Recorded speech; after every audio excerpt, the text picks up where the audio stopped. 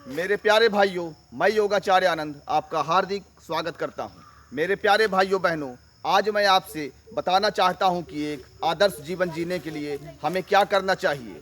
मेरे प्यारे भाइयों बहनों, मैं आपको बताना चाहता हूं कि हमको एक आदर्श जीवन प्राप्त करने के लिए क्या दिनचर्या होना चाहिए, किन चीज़ों को हम अपनाएं जिससे हमारा जीवन आदर्श हो सके।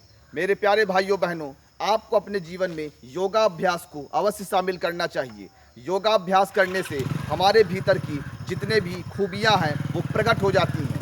हमारे भीतर छिपी हुई जो सद्गुणों का खजाना है वह प्रकट हो जाता है, वह बाहर आ जाता है।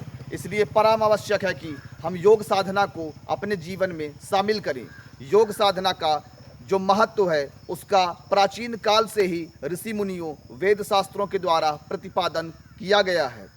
तो योग साधना को आप नियमित रूप से अपने जीवन में शामिल करिए। मेरे प्यारे भाइयों बहनों, योग के महत्व पर मैं प्रकाश डालते हुए आपको बताना चाहता हूं कि योग का दो पक्षों में वर्णन करूंगा। पहला तो आध्यात्मिक पक्ष, फिर शारीरिक और मनोवैज्ञानिक स्तर का पक्ष। मेरे प्यारे भाइयों, आध्यात्मिक रूप से योग साधना करने से हमारे मन के भीतर एक दिव्यता आती है, हमारा आध्यात्मिक ज्ञान प्रखर होता है। अध्यात्म की दुनिया को समझने के लिए हमारे ज्ञान के, हमारे मस्तिष्क में जो सूक्ष्म बुद्धि है उसमें विकास होता है। तो पतंजल योग सूत्र में भी आया है, योग चित्तस्य वृत्ति निरोधः, योग चित्त की वृत्तियों का निरोध है।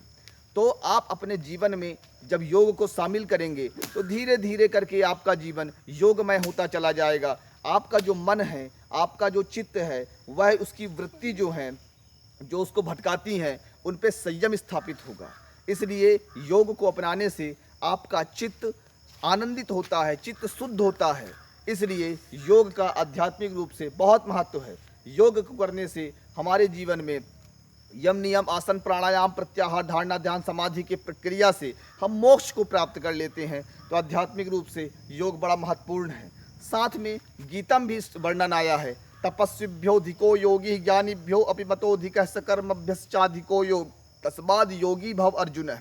भगवान श्री कृष्ण ने अर्जुन को भी कहा है कि हर कर्म करने वाले लोगों में तपस्वियों में योगी श्रेष्ठ है, ज्ञानियों में योगी श्रेष्ठ है, सकाम कर्म करने वालों में भी योगी श्रेष्ठ है।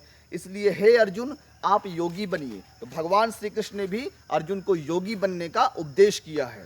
मेरे प्यारे भाइयों बहनों, अब दूसरा पक्ष आता है शारीरिक पक्ष।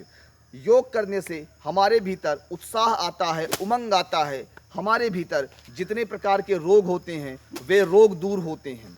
इसलिए हमें संकल्प करना चाहिए कि हम नित्य योग करें, निरोग रहें, हमारा जीवन दिव्यता से युक्त हो जाए।